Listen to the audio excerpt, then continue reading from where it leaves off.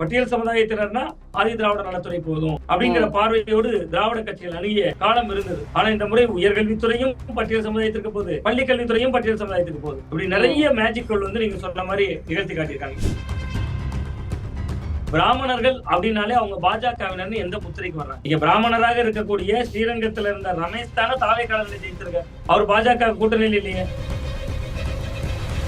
இப்போ மரிய வில்சன் அவர் நிதித்துறை கொடுத்துருக்குறாங்க அப்படின்னா இவர் கடந்த காலங்களில் என்ன பண்ணியிருக்கிறாரு? ஒரு வீடியோ ஒன்று இருக்கும், அவர் போட்டு அடிக்கிற மாதிரிலாம், இவர் தான் இப்போ நிதியமைச்சர் அப்படின்னு போடுறாங்க. தமிழ்நாட்டில் கூடிய 8 கோடி மக்கள்ல ஒருவர். அவர்களின் கடந்த காலத்தை நம்ம விட்டு விடலாம். நிகழ்காலத்துல நீங்க அமைச்சராக இருக்காங்க. அவர்களுடைய எதிர்காலம் இனிமேல் இதில் செயல்படக்கூடிய செயல்பாட்டை பொறுத்தா இருக்கு. நான் இன்னைக்கு சொல்றேன், இன்னைக்குதான் ஒரு அமைச்சரவை ஃபார்ம் ஆயிருக்கிற நாள்ல சொல்றேன், இது இறுதியான அமைச்சரவை இல்லைங்கிற. அதுல 8 மாவட்டங்கள்ல தாவேகா ஜெயிக்கவே இல்லை. அது போக அவங்க ஜெயிச்ச 8-9 மாவட்டங்கள்ல இருந்து அமைச்சர்கள் வரல. அப்ப நான் இந்த இடத்துல எப்படி பாக்குறேன்னா, ஜெயலலிதாவை போன்ற ஒரு பாலிசியை விஜய் கையில் எடுக்க போயிடும். இன்னொரு ஆதி திராவிட நலத்துறையை விசிகா கிட்ட கொடுக்கறது மூலமா அடித்தட்டு மக்களுடைய நலனுக்காக நாங்க தான் வேணும்னு கேட்டு கிட்டத்தட்ட ஆதி திராவிட நலத்துறையை வாங்கியிருக்கோம். இவங்களும் திமுக உறவெல்லாம் முடிச்சுட்டு வந்திருக்கோங்க. நாங்க சிறுபான்மையினர் நலனை பாதுகாக்கணும் தான் சிறுபான்மையினர் நலத்துறையை வாங்கியிருக்கோம் இந்திய யூனியன் முஸ்லீம் லீக் சொல்வதற்கு சில காரணங்களை விட்டு வைத்திருக்கிறோம். விசிக அதுக்கு காலதாமதம் பண்ணிக்கிட்டே இருக்கிறாங்களே, என்ன காரணம்? அவர்கள் திமுகவிடம் ஒரு நட்புறவோடு வெளியில் வர விரும்புகிறார். நீங்க பொதுவா ஒரு இடத்துல போகும்போது சொல்லிட்டு போறதுங்கிறது ஒரு அழகு மரபு. யாரு சொல்லாம போனா திருடன் வந்த அடையாளம் தெரியாமல் போயிடும். அது காங்கிரஸ். இந்திய யூனியன் முஸ்லீம் லீக் முதன்முறையாக கூட்டணிக்கு ஒரு ஆதரவு இல்லை, ஆதரவில் மாற்றி மாற்றி நிலைப்பாடு எடுத்தது. திருமாவளவன் அவர்கள் மாற்றி மாற்றி நிலைப்பாடு எடுத்தது. இது எல்லாவற்றுக்கு பின்னாடியும் திமுக இருக்கு, இல்லாம இல்ல. அப்ப இந்த திமுகவுக்கு ஒரு பிரதமர் வேட்பாளர் கூட இல்லாம போது 29. அது எந்த நிலையில? கையேறு நிலை. 2024 எப்படி அதிமுக நிலைமை இருந்துச்சோ அந்த நிலை.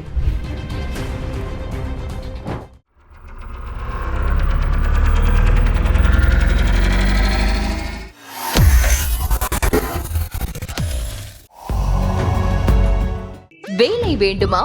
ப்ளூ ஓஷன் இருக்கிறது. 10th 12th டிப்ளமோ டிகிரி படித்தவர்களுக்கு உணவு, தங்குமிடம், இஎஸ்ஐ, பிஎஃப் இன்சூரன்ஸ் உள்ளிட்ட சலுகைகளுடன் அனுபவத்திற்கேற்ற நல்ல சம்பளம் 15,000 முதல் 30,000 வரை. பெண்களுக்கு முன்னுரிமை. 2,000க்கும் மேற்பட்ட வேலை வாய்ப்புகள் உள்ளன. இப்போதே தொடர்பு கொள்ளுங்கள். Blue ocean.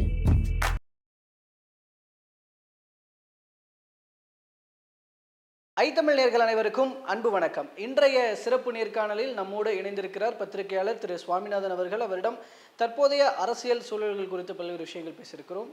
சார் வணக்கம்.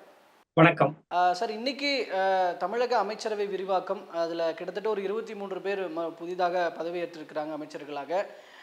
நிறைய விஷயங்கள் தமிழ்நாட்டில் கடந்த காலங்களில் என்னென்ன விஷயங்கள் ஃபாலோ பண்ணப்பட்டுக்கிட்டு வந்ததோ அதில் நிறைய விஷயங்கள் மாற்றம் அடைஞ்சிருக்கு. கூட்டணி ஆட்சி அப்படிங்கிறதே ஒரு மிகப்பெரிய மாற்றமாக கிட்டத்தட்ட ஒரு 50-59 வருடங்களுக்கு மேலாக கடந்து இப்போ அது சாத்தியப்பட்டிருக்கு. திரும்பவும் பட்டியலினத்தை சேர்ந்த எம்எல்ஏக்களுக்கு அமைச்சர் பதவி அப்படிங்கிறது இன்க்ரீஸ் ஆயிருக்கு, எண்ணிக்கை இன்க்ரீஸ் ஆயிருக்கு. சிறுபான்மையினர்களுக்கு அமைச்சர் பதவின்றது இன்க்ரீஸ் ஆயிருக்கு. இதெல்லாம் எப்படி பார்க்க வேண்டியிருக்குங்க சார் இன்னைக்கு நடந்த நிகழ்வை பொறுத்த வரைக்கும்? முதல்ல தமிழக அரசியல்ல ஒரு ஆரோக்கியமான மாற்றம் நிகழ்ந்திருக்கு அப்படின்னு தான் நான் பாக்குறேன். கிட்டத்தட்ட தேர்தலை சந்திக்கிற பொழுதே விஜய் அவர்கள் 2 விஷயத்தை முன்வைத்தார். ஒன்று, ஆட்சியில் பங்கு, அதிகாரத்தில் பங்கு. ஒருவேளை அது அவரோடு கூட்டணியில் சேர்ந்திருந்தால் கிடைத்திருக்கும் அப்படிங்கிறது நமக்கு தெரியும். கூட்டணி சேராமல் தேர்தலுக்கு பின்பு ஏற்பட்ட கூட்டணியிலும் அந்த இடம் வழங்கப்பட்டிருக்கிறது. ஒன்று. 2வது, அவர் சொன்ன இன்னொரு முக்கியமான இடம், 1967-77 போல மாற்றம் நடக்கும். அது நடந்து விட்டது. 1967 பேரறிஞர் அண்ணா அவர்கள் முதல்வராக பொறுப்பேற்றார். அந்த நேரத்தில் அதிகமான பேர்ல இருந்தவர்கள் இளைஞர்கள். அதே மாதிரி 1977 எம்ஜிஆர் முதல்வராக பொறுப்பேற்றார். அந்த நேரத்துல அதிகமான மாற்றங்களுக்கு உள்ளானது. இளைஞர்களும் இருந்தாங்க, சமூகத்தின் அடித்தட்டு வர்க்கத்தில் இருக்கிறவங்களும் அமைச்சர்களாக. அந்த 2 நேர்கோட்டையும் இந்த முறை இணைத்திருக்கிறார் விஜய். அதாவது அண்ணாவை போன்று இளைஞர்களும் இங்க வர்றாங்க. கிட்டத்தட்ட எம்ஜிஆர் பாலிசி அப்படிங்கக்கூடிய அடிப்படையில புதிய முகங்கள், எளிமையான பின்னணியிலிருந்து வந்தவர்களும் இங்க அமைச்சர்களா இருக்காங்க. 3வது மிக முக்கியமா நீங்க சொன்ன மாதிரி பட்டியல் சமூகத்திற்கான பிரதிநிதித்துவம். 7 அமைச்சர்கள் இருக்காங்க. நீங்க காங்கிரஸ் கட்சியினுடைய ஒருவரையும் சேர்த்தா நாளை ஒருவேளை விசிகாவும் இடம்பெற்றால் 8 ஆகிவிடும். நீங்க இந்த 7ங்கிற எண்ணிக்கையை வைத்து பார்க்கும்போதே ஒரு புள்ளி விவரம் சொல்ல விரும்புறேன். கிட்டத்தட்ட தமிழகத்தில் இருக்கக்கூடிய அமைச்சர்களுடைய எண்ணிக்கை 35. அதுல 7ன்னு பாருங்க, 5ல் ஒரு பங்கு, கிட்டத்தட்ட 20%. நாளைக்கு ஒருவேளை இந்த எண்ணிக்கை 8ன்னு மாறிடுச்சுன்னா 23%. இது அப்படியே அங்க வந்து பாருங்க, தமிழகத்தில் இருக்கக்கூடிய மொத்த பட்டியல் சமுதாயத்திற்கான தொகுதிகள் 44, பழங்குடி சமுதாயத்தினுடைய தொகுதிகள் 2, 46. 234ல நீங்க இந்த 44, 46 பொருத்தி பாத்தீங்கன்னா 5ல் ஒரு பங்கு. அதே மாதிரியான எண்ணிக்கை சட்டமன்றத்துல அமைச்சர்களுக்கும் கொடுத்திருக்காங்க. இது ரொம்ப முக்கியமான இடம். அது மாதிரி இலாக்காக்கள், எவ்வளவு பெரிய இலாக்காக்கள் கொடுக்கப்படுது. கடந்த காலங்கள்ல பட்டியல் சமுதாயத்தினர்னா ஆதி திராவிட நலத்துறை போதும் அப்படிங்கிற பார்வையோடு திராவிட கட்சிகள் அணுகிய காலம் இருந்தது. ஆனா இந்த முறை உயர்கல்வித்துறையும் பட்டியல் சமுதாயத்திற்கு போகுது, பள்ளி கல்வித்துறையும் பட்டியல் சமுதாயத்துக்கு போகுது. இப்படி நிறைய மேஜிக்கள் வந்து நீங்க சொன்ன மாதிரி நிகழ்த்தி காட்டியிருக்காங்க. இன்னொன்று மிக முக்கியமா, அமைச்சர்களாக இருந்தால் ஒரு அனுபவம் வேணும், வயதுக்கு தான் மரியாதை, அனுபவத்துக்கு தான் மரியாதை, இளையோர்களால என்ன செய்ய முடியும் அப்படிங்கிற பார்வையெல்லாம் இருக்கும். ஆனா இந்த அமைச்சரவையில முன்னாள் அமைச்சர் ஒரே ஒருவர் தான், செங்கோட்டையன். நீங்க கடந்த காலங்கள்ல ஒரு 5-6 பேர் வந்து சாதாரணமா இருந்தாங்கன்னு வச்சுங்களேன், மிச்சவங்க எல்லாம் சீனியரா இருந்தாங்கன்னா அவங்கள கூச்சத்தோட பார்ப்பாங்க. ஐயோ உங்க எல்லாம் அனுபவசாலிங்க, உங்களை எப்படி அணுகிறது. இப்ப செங்கோட்டையனுக்கு தான் அந்த கூச்சம் இருக்கும். மற்றவங்க எல்லாம் புதியவர்கள், ஐயோ நம்ம ஒரு ஆள் மட்டும் அனுபவசாலியா இருக்கிறோமே அப்படின்னு தோணலாம். நான் நகைச்சுவைக்காக சொன்னாலும் கூட அப்படிதான் இருக்கு காலம். கிட்டத்தட்ட 33 அமைச்சர்கள். அவர்தான் கொஞ்சம் ஒரு காட்ஃபாதர் மாதிரி இருந்து வழி நடத்த போறாரு அப்படின்னு கூட வச்சுக்கலாம். அவரோட அனுபவம் அப்படிதான் புரிந்து கொள்ள வேண்டியிருக்கு. ஆமா, அப்படிதான் அதை புரிந்து கொள்ள வேண்டியிருக்கு. 33 பேர்ல அவர் ஒருத்தர் தான் முன்னாள் அமைச்சர். அது ரொம்ப முக்கியமான ஒரு இடம். இது யாருமே முன்னாள் அமைச்சர் இல்ல. சரி, முன்னாள் எம்எல்ஏக்களாவது இந்த 33 பேர்ல இருக்காங்கன்னா கூட ஒரே ஒருத்தர் தான் வராரு. கிள்ளியூர் தொகுதியோட எம்எல்ஏ ராஜேஷ்குமார். நீங்க காங்கிரஸ்ல இருந்து இன்னொரு அமைச்சரா இருக்கிறார் விஸ்வநாதன் அவர்கள். அந்த விஸ்வநாதன் கூட முன்னாள் எம்எல்ஏ கிடையாது. இதான் ஃபர்ஸ்ட் டைம் எம்எல்ஏ. அதுக்கு முன்னாள் எம்பியா தான் இருந்தார் அவர். ஆனா இதுல வந்து கிட்டத்தட்ட 10 ஆண்டுகள் எம்எல்ஏவாக இருந்தவர் ராஜேஷ்குமார். இது அவருக்கு 3வது டர்ன் அவர் எம்எல்ஏவா ஜெயிக்கிறது. அப்ப நீங்க யோசிச்சு பாருங்களேன், ஒரு 33 பேர் கொண்ட அமைச்சரவை, அதுல முன்னாள் அமைச்சராக இருந்தவர் ஒரே ஒருவர், முன்னாள் எம்எல்ஏவாக யாரெல்லாம் இருந்திருக்காங்க பார்த்தா 2 பேர் தான் வர்றாங்க, செங்கோட்டையனும் ராஜேஷ்குமார் அவர்களும். அப்ப கிட்டத்தட்ட இது ஒரு புதிய பாதை.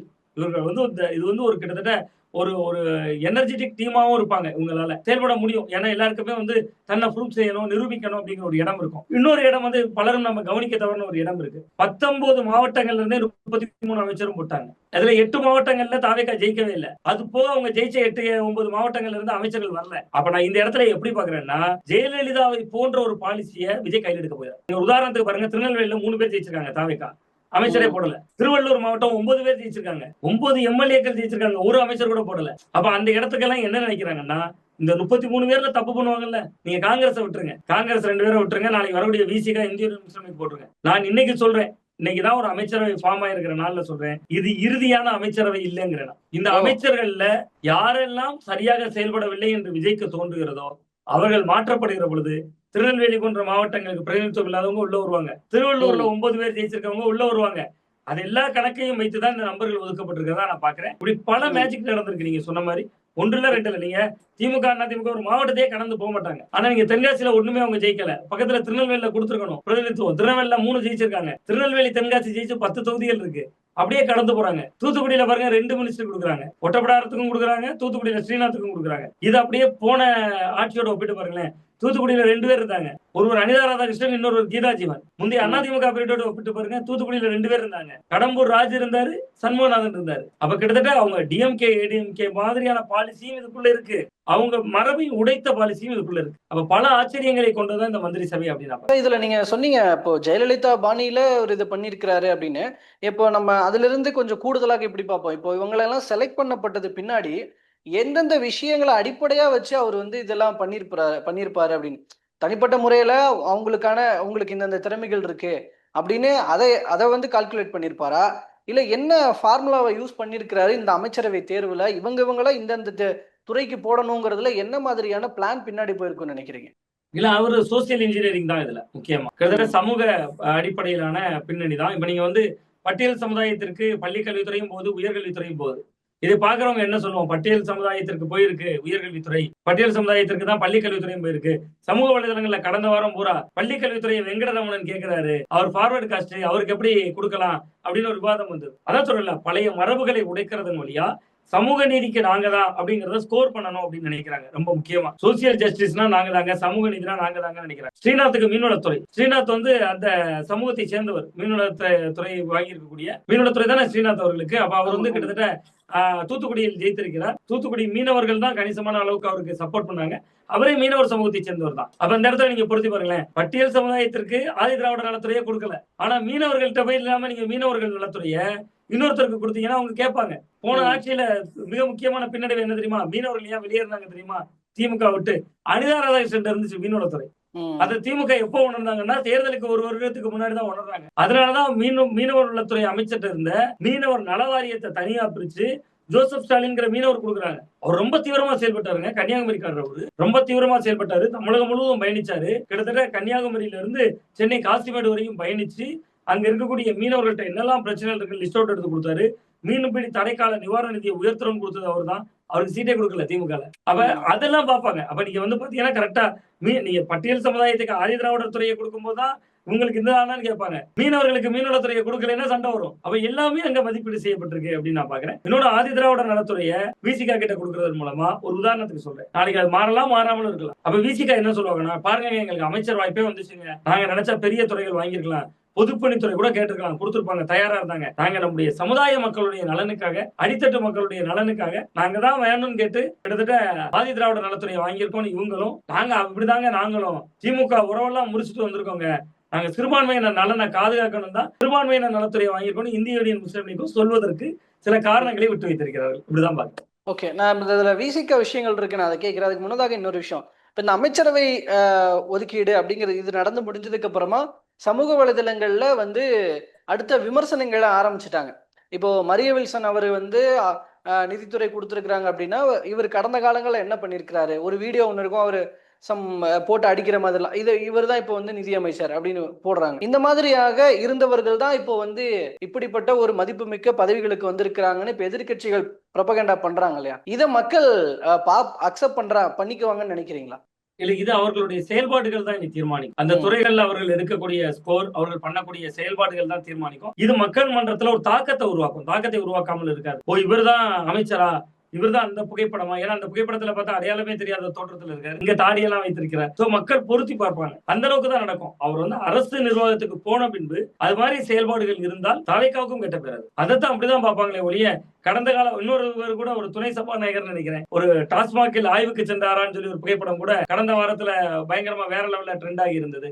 நீங்க ஒரு மனிதன் பொறுப்புக்கு வந்த பிறகு அவன் எப்படி இருக்கான்னு தான் பார்க்கணும். நீங்க ஒரு சாதாரணமா ஒரு இதுல சொல்லுவாங்க, ஒரு திருமண உறவுலயே சொல்லுவாங்க, அதுக்கு முன்பு எப்படி இருந்தாலும் பரவாயில்ல, உனக்குன்னு ஒரு பொண்ணு வந்துட்டா இனிமேல் ஒழுங்கா எரியுமா. அது ஒரு சாதாரண ஒரு குடும்பத்துக்குள் நடக்கிற உரையாடல். அது மாதிரி தான் நேற்று வரை அவர்கள் சட்டமன்ற உறுப்பினர்கள் இல்ல, நாடாளுமன்ற உறுப்பினர்கள் இல்ல, 108 கோடி மக்கள்ல ஒருவர்கள், தமிழ்நாட்டில் கூடிய 8 கோடி மக்கள்ல ஒருவர். அவர்களின் கடந்த காலத்தை நம்ம விட்டு விடலாம். நிகழ்காலத்திலே நீங்க அமைச்சராக இருக்காங்க, அவர்களுடைய எதிர்காலம் இனிமேல் இதில் செயல்படக்கூடிய செயல்பாட்டை பொறுத்தா இருக்கு. அதனால கடந்த காலத்தை சுமந்து வருவதற்கு வேலை இல்லை அப்படின்னு தான் நான் பாக்குறேன். ஓகே, இதுல இன்னொரு விஷயமாக இருந்தது. இப்போ அதுல ஸ்ரீரங்கம் தொகுதியினுடைய எம்எல்ஏ ரமேஷ் அவர்கள், அவருக்கு இந்து சமய அறநிலையத்துறை கொடுக்கப்பட்டிருந்தது. அவர் ஒரு பார்ப்பன சமூகத்தை சேர்ந்தவர், அவருக்கு போய் இதை கொடுத்தது எப்படி சரியாகும்? இப்ப இது மூலமாக பிஜேபி என்ன செய்ய நினைச்சதோ அதை இங்க விஜய் செஞ்சிட்டு இருக்காரு. இந்த பக்கம் பட்டியல் இனத்தை சேர்ந்த எம்எல்ஏக்களுக்கு கூடுதலாக அமைச்சர் பதவி கொடுக்கிறாருன்ற இதை மட்டும் தான் நம்ம பாக்குறோம். ஆனா இங்க பிஜேபி உள்ள வருது, பிஜேபியோட பிளான்ஸை இவர் எக்ஸிக்யூட் பண்றாரு, இதை கவனிக்க தவறோம்னு சொல்லி அதை கையில எடுத்து திமுகவை சேர்ந்தவர்கள் பேசிட்டு இருக்காங்க. அவர் ரமேஷ் அவர்களுக்கு அந்த பதவியை, அந்த துறையை கொடுத்ததை பின்னாடி நம்ம இப்படிலாம் பார்க்க வேண்டி இருக்குன்னு நினைக்கிறீங்க?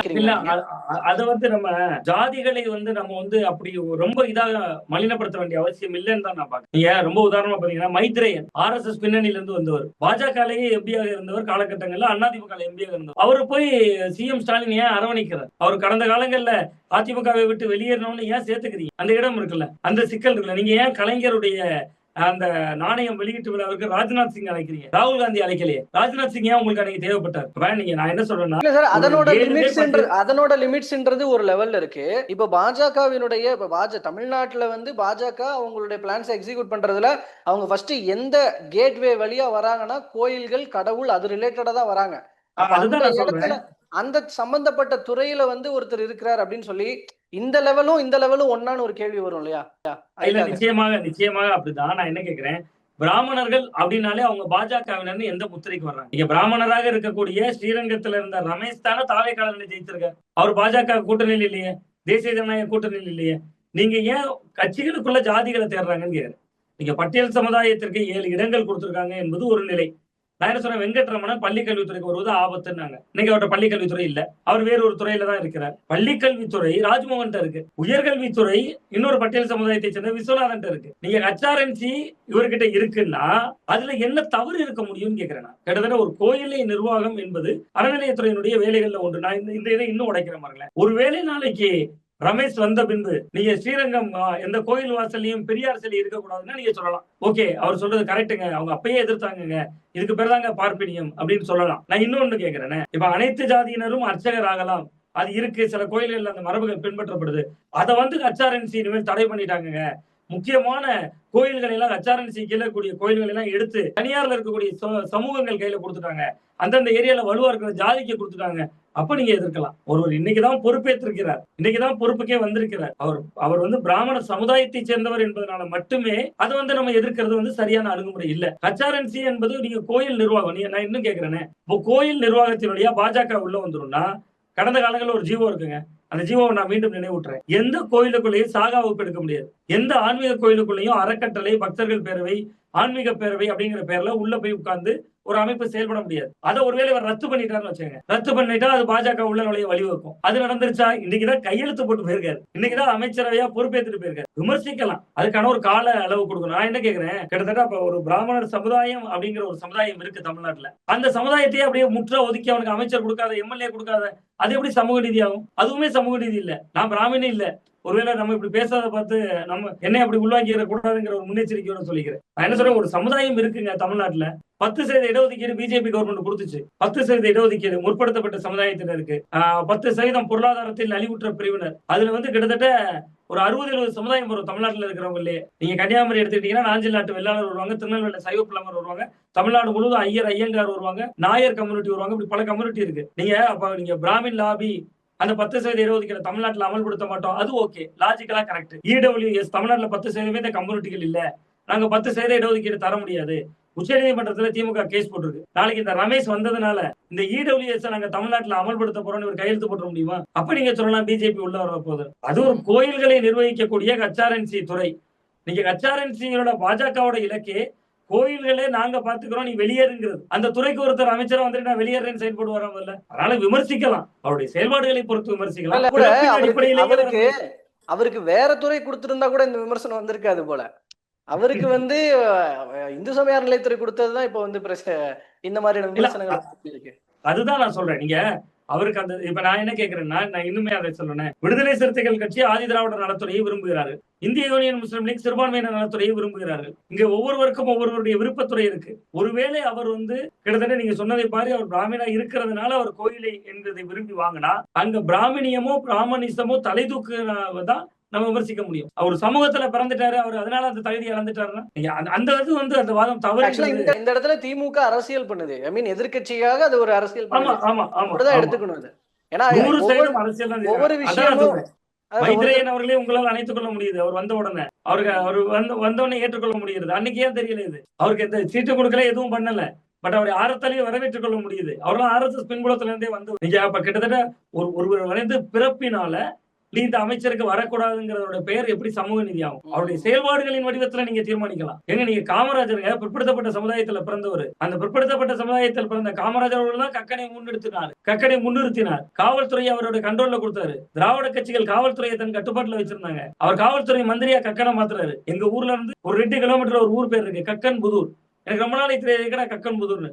கக்கன் அவர்களுடைய காலத்துல பட்டா கொடுக்கப்பட்டது. அப்ப நீங்க புரட்சி அப்படிதாங்க வரும். பாரதியார் இருக்காருங்க, நீங்க பாரதியார் இருந்தாருன்னா நீங்க அவர் பிராமணுங்க, அவர் பாடின பாட்டெல்லாம் செல்லாதுன்னு சொல்லிடலாமா? நம்ம காக்கை குருவி எங்கள் ஜாதினாரு.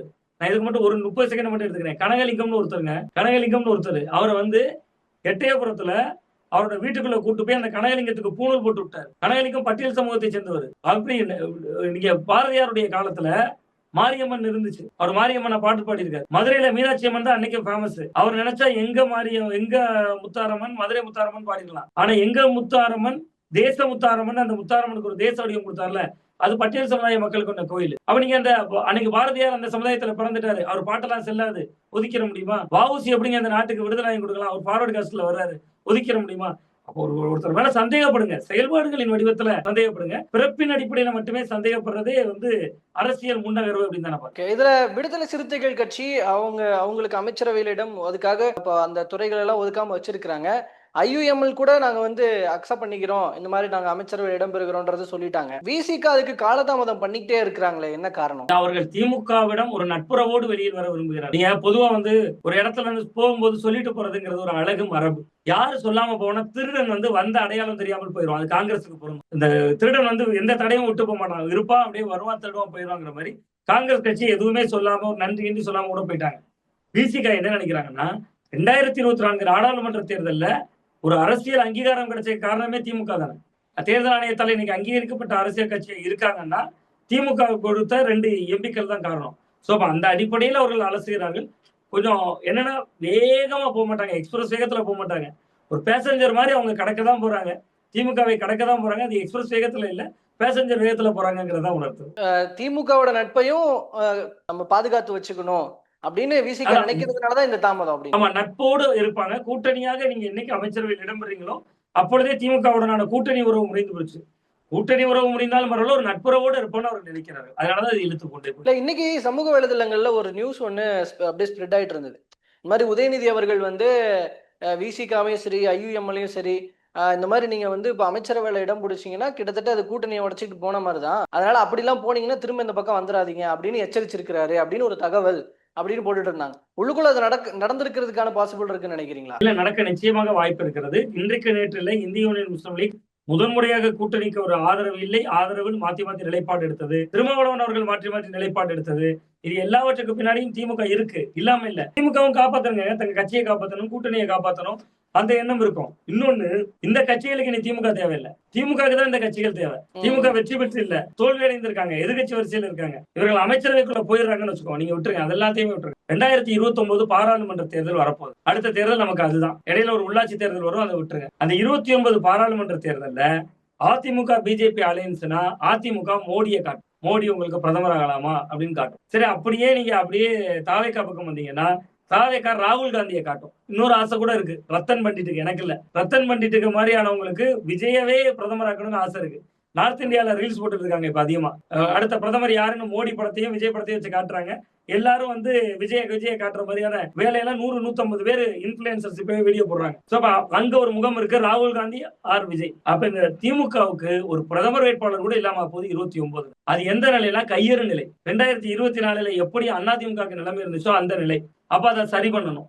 எப்படி சரி பண்ண முடியும்? இந்த மாதிரியான கட்சிகளை கொஞ்சம் கூட வைத்திருந்தா ஒரு இடம் கிடைக்கும்னு நினைக்கலாம். அல்லது 3வது அணி அமைக்கணும். அகில இந்திய அளவுல மம்தா பானர்ஜி அவர்களோடு சேர்ந்து அந்த அணியை ஃபார்ம் பண்ணணும். அப்ப அந்த இடம் நோக்கி திமுக நகர வேண்டிய தேவை இருக்கு. அதற்கு இவர்களை எல்லாம் வைத்திருக்காங்க.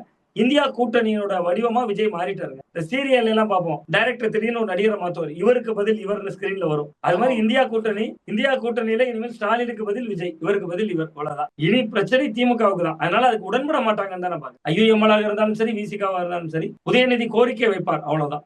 சோ இது தற்போது இப்ப அமைச்சரவையில ஆனா விசிகா இடம் பெற்றுவிடும் அப்படின்னு நம்ம எடுத்துக்கலாம். 100% இடம் பெறுவாங்க, 100% இடம் பெறுவாங்க. அதுல எனக்கு சந்தேகமே இல்லை. ஏனென்றால் அவர் 2 துறையை தான் விட்டு வைத்திருக்கிறார். ஒன்று ஆதி திராவிட நலத்துறை, இன்னொன்று சிறுபான்மையினர் நலத்துறை. 2 பேருக்கு சொல்லுவதற்கு காரணத்துக்காக விட்டு வைத்திருக்கிறார். விசிகாவினர்கிட்ட பேசும்போது சரி, அவங்களும் சொல்றதும் சரி, வெளிவட்டார தகவலாகும். வன்னியரசு அவர்களுக்கு அமைச்சர் பதவி கொடுக்கறதுல விசிகாவினருக்குள்ளேயே பலருக்கு உடன்பாடு இல்ல. எல்லாம் என்ன யோசிக்கிறாங்கன்னா, நம்ம தலைவர் வந்து ஏன் அமைச்சரவையில் இடம்பெறக்கூடாது? இப்ப அடுத்து திருச்சி கிழக்கு காலியா இருக்கு, ஒருவேளை அதுல திருமாவளவன் போட்டியிடலாம், எம்எல்ஏவாகி அவருக்கு வந்து அந்த அமைச்சர் பதவியோ அதன் மூலமாக துணை முதல்வர் பதவியோ கிடைக்கலாம், அதுக்கு பரவாயில்ல. ஆனா வன்னியரசு அவர்களுக்கு எதுக்கு வந்து அமைச்சர் பதவி போகணும், வேண்டாமே அப்படின்னு நினைக்கிறாங்க அப்படின்னு ஒரு தகவல் வருது இல்லையா? அது பின்னாடி எந்த அளவுக்கு உண்மைத்தன்மை இருக்குன்னு நீங்க நினைக்கிறீங்க? இல்ல, திருமாவளவன் அவர்கள் திருச்சி கிழக்கில் போட்டியிட வேண்டும் என்பது விசிகாவினுடைய விருப்பம் மட்டுமல்ல, தாவேகாவே சொல்றாங்க. நீங்க நில்லுங்க அப்படின்னு அவருக்கு அழுத்தம் கொடுக்குறாங்க, திருச்சி கிழக்கில் கண்டெஸ்ட் பண்ணுங்க. அப்படி இவர் போட்டியிடுகிற பட்சத்துல ஒருவேளை மு.க. ஸ்டாலின் போட்டியிட விரும்ப மாட்டார் அந்த தொகுதியில. அப்படி பல வகையான சூத்திர கணக்குகளோடு, தேர்தல் கணக்குகளோடு தான் அவங்க அணுகுறாங்க. இன்னொன்று மிக முக்கியமான, தாவேகாக லாபமும் இருக்கு. இந்த ஆட்சியினுடைய நிறை குறைகளை தாங்கிறதுக்கு ஒரு முகம் தேவை. நீங்க பாசிட்டிவா எல்லாரும் கை தட்டிட்டே இருந்தாங்கன்னா விஜய் ரசிச்சு கை கட்டிட்டு போயிடலாம். அங்கங்கே பட்டியல் சமுதாயத்துல இருந்து கொந்தளிப்பு, பொது சமூகங்கள்ல இருந்து கொந்தளிப்பு, அது இதுன்னு வந்துருச்சு. கம்யூனிஸ்டர்கள் ஒரு பக்கம் போராட்டம் பண்றாங்க, யாரும் மீடியாவை பார்ப்பாங்க? விஜய் மீடியாவை பார்த்து பதில் சொல்ல மாட்டாரு. எத்தனை நாளைக்கு புஷி ஆனந்த் பிரஸ்ஸை எப்படி பேசுவார் நம்ம பார்த்திருக்கோம். எத்தனை நாளைக்கு ஆதவர்ஜுனா பதில் சொல்லுவாரு, எத்தனை நாளைக்கு ஆதவர்ஜுனா இப்படியானவர்களையும் பேச வைக்கிறதுக்கும் திருமா போன்றவர்களை முன்னிலைப்படுத்தி அவர்கள் இதற்கு பதிலா பதில் சொல்லக்கூடிய இடத்துல நகர்த்துறதும் விஜய்க்கு லாபம். அந்த கணக்கெல்லாம் இதற்குள்ள இருக்கு. இன்னொன்று, வன்னியரசு அவர்களை விசிகா விரும்புகிறதோ இல்லையோ, தாவேக்காவுக்கும் சில முரண்கள் இருக்கலாம். ஏன்னா கடுமையாக விமர்சித்து வந்த ஒரு ஆரம்ப காலகட்டத்தில் தாவேக்காவை அதெல்லாம் இருக்கிறது. பட் தொண்டர்கள் என்ன இன்ஃபுளுயன்ஸ் பண்ணாலுமே கூட விசிகாவை பொறுத்தவரை திருமாவளவன் அவர்கள் இருக்கிற முடிவுதான். அவர் அமைச்சரவைக்கு அவ்வளவு எளிதில் சம்மதித்து அவர் உள்ள போக மாட்டார் தான் நான் நம்புகிறேன். என்னுடைய பார்வையாளராகத்தான் நான் பாக்குறேன். அந்த வன்னியரசு அவர்களுக்கு தான் அதில் ஒரு சார் கொஞ்ச நாளைக்கு முன்னாடி தமிழ்நாட்டினுடைய அரசியல் சூழலே மாறவிருக்கிறது. அப்போ அந்த இடத்துல வந்து அந்த பாஜக போன்ற சக்திகள் எல்லாம் உள்ள வருவதற்கான வாய்ப்புகள் அதிகம் தென்படுகிறது. அதனால நம்ம கட்சியாக இருக்கட்டும் இல்ல நான் வருங்கால அரசியலுக்காக நானே வந்து இங்க உள்ள இருந்து வேலை செய்ய வேண்டிய தேவை இருக்குன்னு திருமாவளவன் அவர்கள் சொல்லியிருந்தாரு. சோ அதன் அடிப்படையில தான் அதுக்கப்புறம் தான் பார்த்தா அவர் காட்டுமன்னார் கோயில்ல போட்டியிடுறாரு அப்படிங்கறது எல்லாமே வந்தது. சோ அதுக்கப்புறம் நடந்தது எல்லாருக்கும் தெரிஞ்சதுதான். இப்போ அப்படியாப்பட்ட ஒரு சுச்சுவேஷன் இருக்குன்றத எதிர்காலம் இப்படிதான் இருக்குது, தமிழ்நாடு அரசியல் சூழல் இப்படிதான் இருக்க போகுதுன்னு. அப்ப திருமாவளவன் அதை நோக்கிதான் நகருவார் என்று நம்ம கொஞ்சம் உறுதிப்படவே நம்பலாம்ல. ஆமா, திருமாவளவன் அவர்கள் நீங்க சொன்ன மாதிரி காட்டுமன்னார் கோயில்ல போட்டின்னு அறிவித்தார். அப்புறம் அவரை பின்வழித்துக் கொண்டார். இது எல்லாத்தையும் கோடிட்டு பாருங்களேன். திமுகவோடு இருக்கிற நட்பு அவர் தக்க வைக்கணும்னு போராடுறாருல. திமுக வேண்டான்னு அவர் அன்னைக்கு நினைத்திருந்தால் அல்லது எப்படி வேணுமானாலும் முடிவு வரும் அப்படின்னு நினைத்திருந்தா காட்டுமன்னார் கோயில்ல அவர் கடைசியா போட்டி போட்டிருப்பார்ல, அவர் பின்வாங்கி கொண்டார்ல.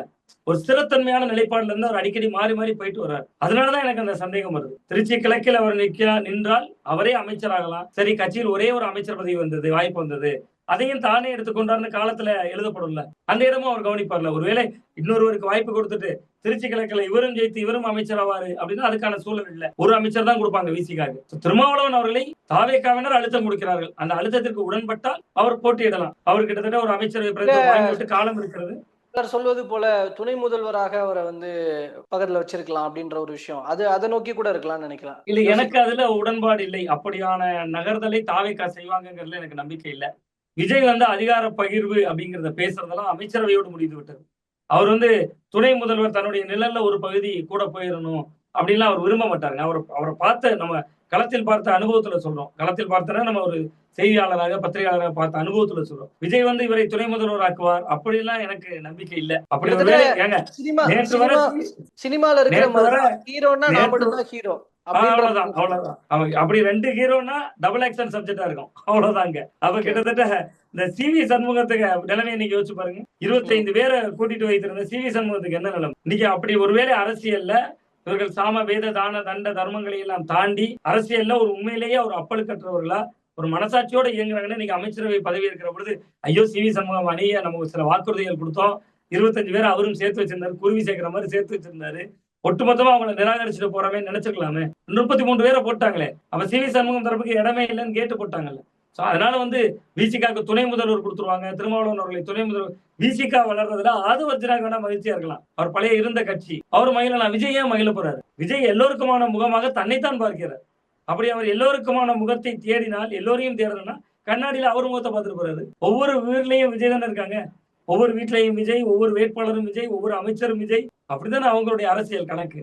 அதனால அவர் வந்து இன்னொருவருக்கு அதிகாரத்தை பகிர்ந்தளித்து விடுவார். அதிகாரத்தை அமைச்சரவையில பகிர்ந்தளிப்பார். தன்னுடைய நேர்பாதியா ஒரு துணை முதல்வரை கொடுத்துருவாரு அப்படிங்கறதுல உடன்பாடு இல்லை. அது மூலமா அவரோட மதிப்பும் உயரும் இல்லையா? அதன் மூலமாகத்தான் விஜய் மதிப்பை உயர்த்தி கொள்ள வேண்டிய இடத்தில் இருக்கிறாரானா 7 அமைச்சர்கள் இன்னைக்கு கொடுத்திருக்காருல பட்டியல் சமூகத்துக்கு. நாளைக்கு இன்னொரு அமைச்சர் கொடுத்தாருன்னா 8000. நீங்க திருமாவளவன் அவர்களுக்கு நீங்க துணை முதல்வர் கொடுத்தால் மதிப்பு உயரும். யார் மத்தியில உயரும்? பொதுமக்கள் மத்தியில உயருமா? பட்டியல் சமுதாய இளைஞர்கள், பட்டியல் சமுதாய மக்கள் மத்தியில உயருமா? ஏற்கனவே இங்க பிற்படுத்தப்பட்ட மிகவும் பிற்படுத்தப்பட்டவருக்கு எத்தனை அமைச்சரவை கொடுக்கப்பட்டிருக்கு? அது நாளிலிருந்து வருமே விவாதத்துக்கு. முக்குளத்தோருக்கு எத்தனை பிரதிநிதித்துவம் கொடுக்கப்பட்டிருக்கு? வண்டியர்களுக்கு எத்தனை பிரதிநிதித்துவம் கொடுக்கப்பட்டிருக்கு? அவன் நீங்க திருமாவளவன் அவர்களுக்கு துணை முதல்வர் கொடுக்குறப்ப ஆந்திரா மாதிரி போகணும். ஒவ்வொரு சமூகத்துக்கு ஒரு பிரதிநிதித்துவம் கொடுக்கணும். அது சாத்தியமா? விஜய் அதை விரும்ப மாட்டார். நான் தான் முகம். 234 தொகுதியிலும் நான் தான் முகம். அனைத்து சமூகத்திற்கும் நான் காவலன். நீ இந்துவாக இருந்தாலும், கிறிஸ்தவராக இருந்தாலும், இஸ்லாமியராக இருந்தாலும், ஃபார்வர்ட் காஸ்ட்ல இருந்தாலும், அதான் செய்தி சொல்லியிருக்காரு. ஃபார்வர்ட் காஸ்ட்ல 2 மினிஸ்டர், வெங்கட்ராமனும் ரமேஷும், ஷெட்யூல் காஸ்ட்ல பட்டியல் சமுதாயத்துல 7 அமைச்சர்கள். இதுதானே உணர்த்துது. எல்லோருக்குமானவன் நான் என்கிற இடத்துல எனக்கு பக்கத்தில் இன்னொருவர் இருக்கு. அதான் செய்தி. ஓகேங்க சார், பொறுத்திருந்து பார்க்கலாம் என்ன நடக்க போகுதுன்னு. தற்போது வரைக்கும் பல்வேறு தகவல்கள் மற்றும் கருத்துக்களை பகிர்ந்து கொண்டமைக்கு ரொம்ப நன்றிங்க சார். ரொம்ப நன்றி.